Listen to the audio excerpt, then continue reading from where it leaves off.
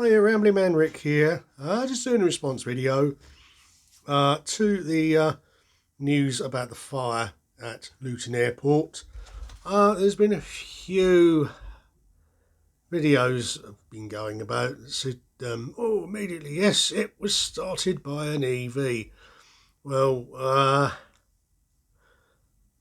I've been watching the Jeff Buys Cars video, and he's more of the opinion of, let's just check and see the facts. Well, it appears now, even via the BBC, that it was actually a diesel, possibly a diesel Evoque that caught fire whilst it was being manoeuvred around a car park. A diesel, when it's parked up, is perfectly safe and won't catch fire unless there's an electrical issue. Then an electrical fire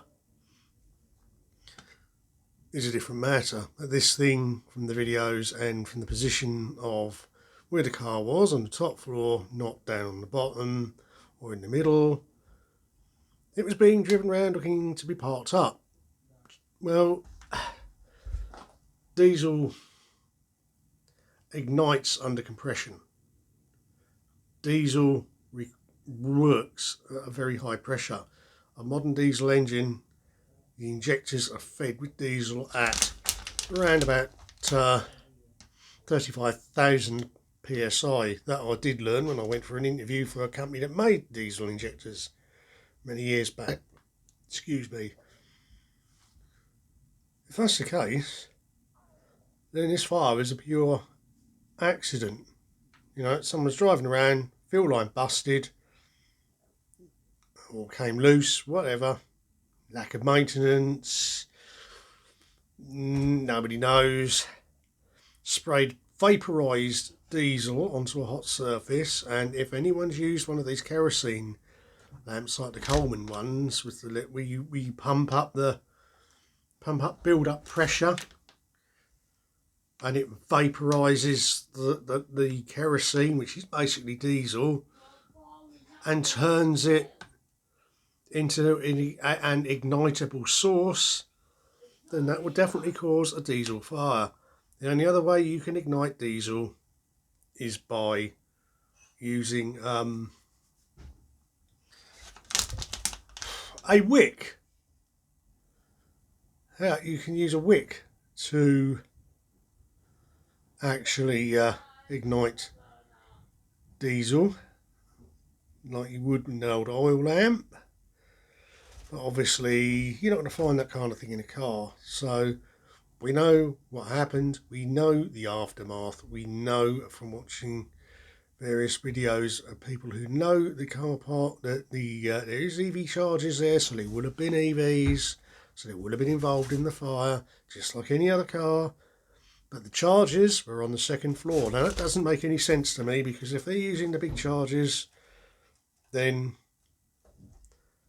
surely you would have them on the ground floor, where, because they're big and heavy, and you don't want all that weight being transferred down through a car park not structurally designed to have them in there in the first place. If they're the kind of things multi-wall like you have at home, excuse me, then yeah, maybe they're not that massively heavy. So there would have been EVs there. You know, a good chance that 5-10% of those vehicles would have been EVs, and you know, they may have been hooked up to the chargers, because that may be the way that they work. Because obviously, if you're going away for a fortnight, you come back and the EV's going to be dead. And the big question is, when you've got 1,200 cars in a multi-storey car park, it's an enclosed building, why were there no fire suppression systems built into the building? Now, obviously it wasn't, and obviously the design of the building didn't make use of fully fire retardant materials. Now, I live in Colchester. One of our multi-storey car parks, there was a fire involving a diesel vehicle. The car park was shut for about 24 hours whilst they cleared up the mess and repaired a couple of damaged light fittings. It was back open, no structural damage to either the car park or the shops below. So, that is a bog standard concrete, reinforced concrete car park, as you would get, open, front, back, whatever, This one at Luton, 1,200 cars, no fire suppressant, and obviously no thought about making it out of materials that were absolutely 100% fire safe. Now, if this fire started on the top floor, as it's been suggested, heat rises, so the heat would have been making its way away from the floor of the car park and up. Flames would lick the floor of the car park if it's properly concrete and not some kind of asphalt material, which can catch fire and melt and burn through. Then there should have been no problem. That fire could have been contained to the top floor, and we would have been reading about minor car fire closes Luton car park and airport for a couple of hours whilst they put it out and dealt with the problem.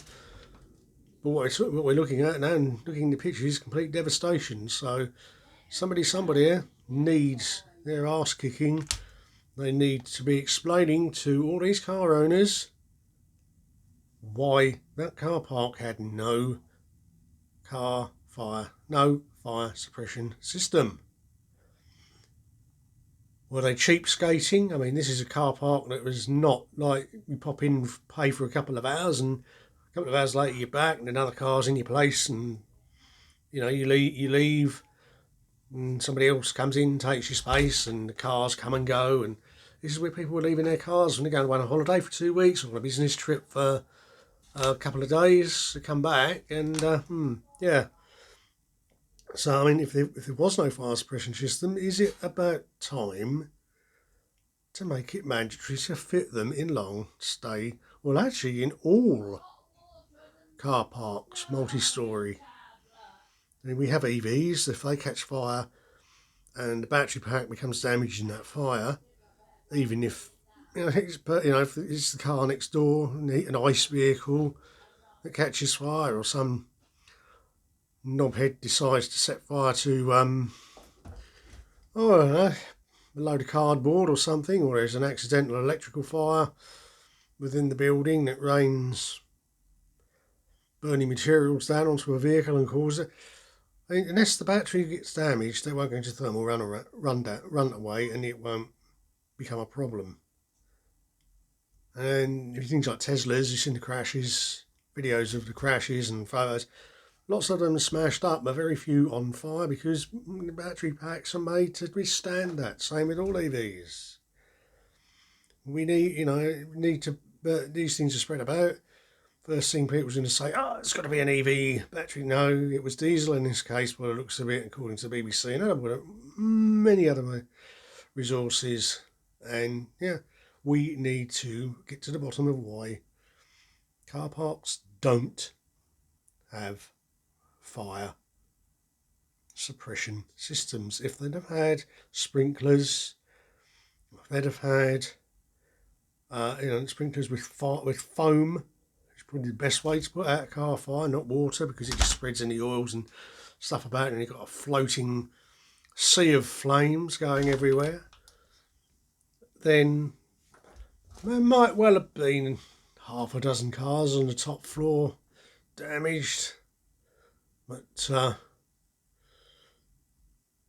you wouldn't have what happened. You wouldn't have had the airport closed. You wouldn't have had flights diverted to Stansted. They had several diverted to Stansted, and so for about 4 hours, and a few more diverted to Gatwick, Heathrow, I expect, and a few of the other airports that could handle the extra planes, and that in this emergency. But it just doesn't need to happen from somebody who's worked in construction and in engineering. It makes no sense to me. Your thoughts in the comments below. Do we need to tighten up on fire security and fire safety in our car parks?